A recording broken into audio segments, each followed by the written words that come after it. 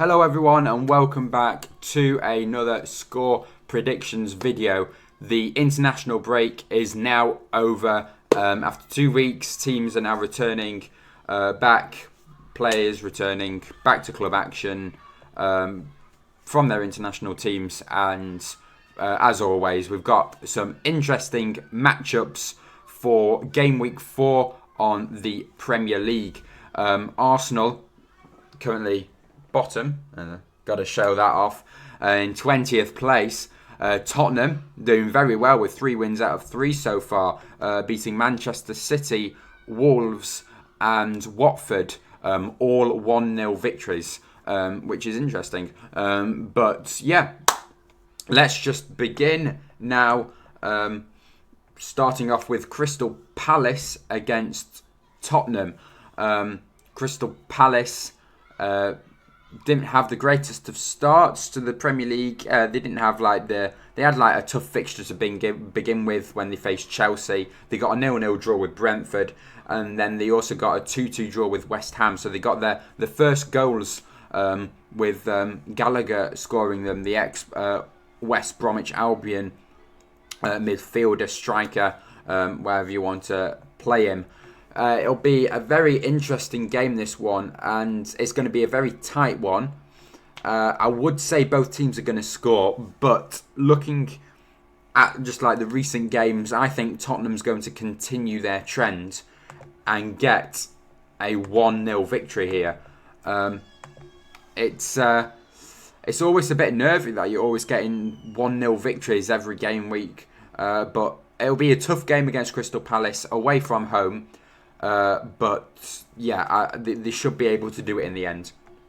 Oh, okay, here we go. We're starting off already. Arsenal against Norwich. Both teams have lost their first 3 games. Arsenal against Brentford really should have beaten them. They had some tough games, so I'll let them off with Chelsea and Man City. Norwich City, last game they did lose to Leicester, but they did score their first goal, and I think VAR did rule out a goal in that game as well, so that could have been 2-2 for Norwich. I don't know.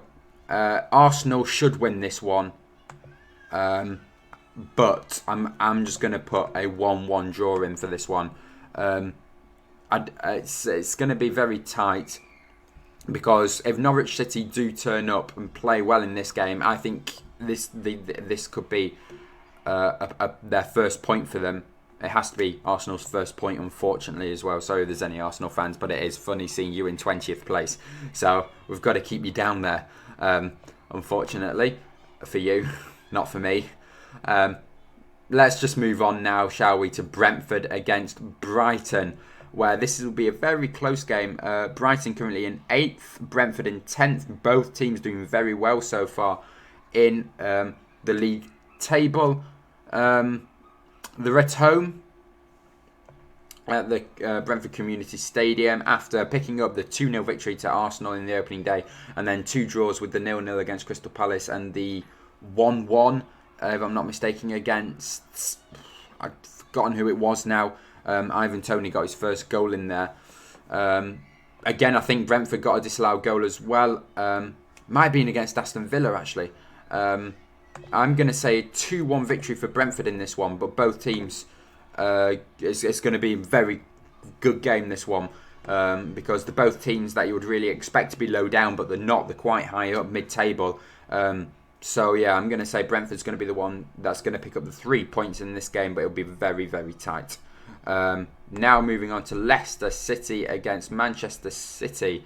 If only Manchester City was at home at the Etihad, it could have been another 5-0 victory for them.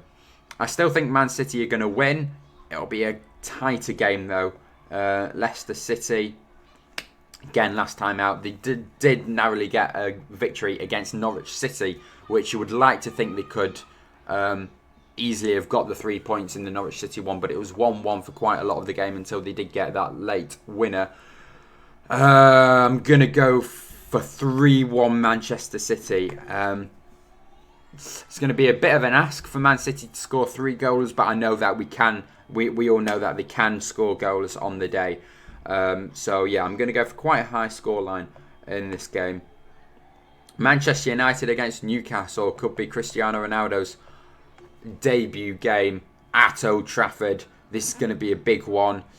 Can I just say though, they're playing Newcastle just like Southampton. This is like a bogey team for Manchester United. They always don't seem to do well. Southampton was the other one last week or 2 weeks ago. They did play them and got a 1-1 draw. So yeah, it's going to be a pretty tight game. They did narrowly get a 1-0 victory against Wolverhampton Wanderers, and we will come on to them later. Wolverhampton Wanderers, probably the best team so far in the league to get all the shots. They've probably how many shots have they had? I think they've had 60 shots overall in just 3 game weeks. But still, they are yet to score. So yeah, we will come back to that one. But Man United, Newcastle, it will be a tight game. So I'm not going to say they're going to absolutely smash Newcastle. They're going to have Sancho, they're going to have Varane, they're going to have Bruno Fernandes, they're going to have Ronaldo. There won't be lots of goals. I was saying a comfortable, but still not a thrashing. I'll say 2-0 to Manchester United in this one.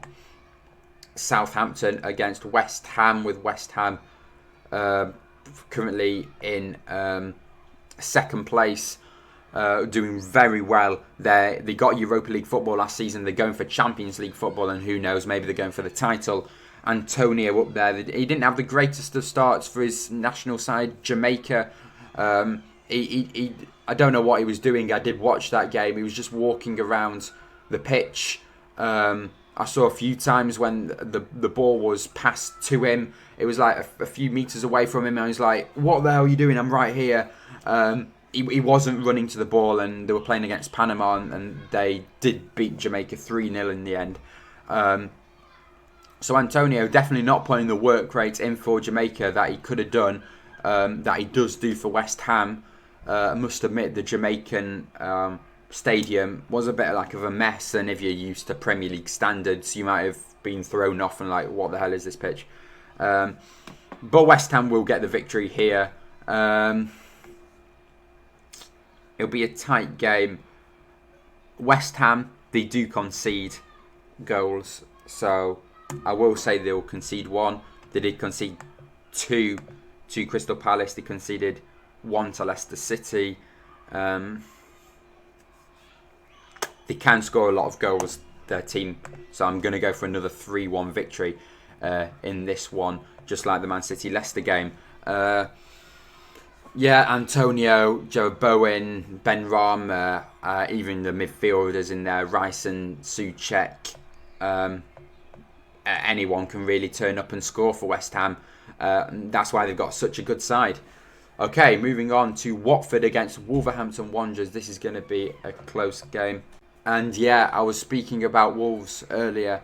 3 losses. All 1-0 defeats, I think they've been. But this is when it's all going to change, because they're playing Watford, and when you look at this, you think Wolves 18th, Watford 12th. Watford have managed to get a win, and it was a good win against Aston Villa on the opening day, 3-2. But this is when Wolves are going to finally get a goal, their first goal after 3 weeks. It's going to come in the 4th week, and they're not going to score 1, but they're going to score 2 in a 2-1 victory at Vicarage Road. Wolverhampton Wanderers, their attack, with Adama Traore and Jimenez, now they've got a few new signings as well with the transfer window. They should be able to score goals. As I said before, they're getting all the shots. They just need to get them in the back of the net. And yeah, I'm going to go for a narrow victory for Wolves here. Okay, Chelsea and Aston Villa. Chelsea should win this one, but Aston Villa, you never know. They're one of these teams that could just turn up like they did with Liverpool and just absolutely smash them. Obviously, I'm not going to say that's going to happen. Or am I? Or am I not? I don't know.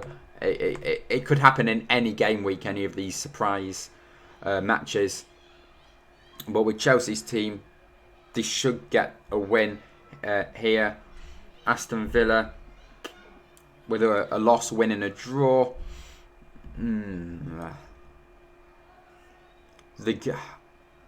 I don't think they'll be able to score against Chelsea. I'll say 2-0, but it could be a 2-2 draw. I would say that. I would say either a 2-0 victory for Chelsea, or if they are ready to surprise people on the day, it could be a 2-2 draw. But I'm not going to go for that one, seeing that I think we probably know the outcome to this game as Chelsea winning it, but anything could happen. Another one that anything could happen, Leeds United against Liverpool. Leeds United did get, they've not won yet, but they always tend to get the big, the points against the big clubs, and then don't get the points against the small clubs. Unless it's Man United, they always seem to get smashed by Man United.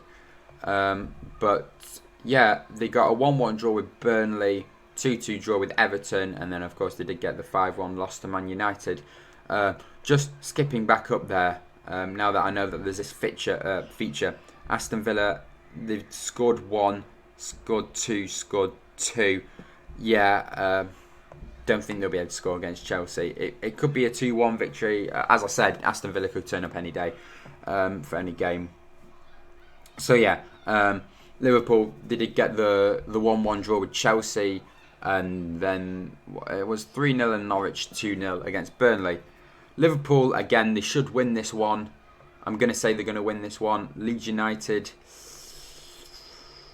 they'll be able to score a goal. I'm going to say they'll be able to score a goal, and it will be a narrow 2-1 victory. Leeds United, they'll have the chances, and if they do take all of their chances, they could win this one 3-2. Every team has chances in every game, and it could be one of those games.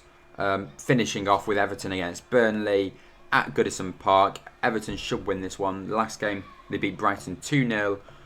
Burnley, they're not really picking up the points that they want. They are kind of scoring. They got 1 against Leeds, 1 against Brighton, none against Liverpool. Quite surprising. I'm going to go for a 2-0 victory here at Goodison Park.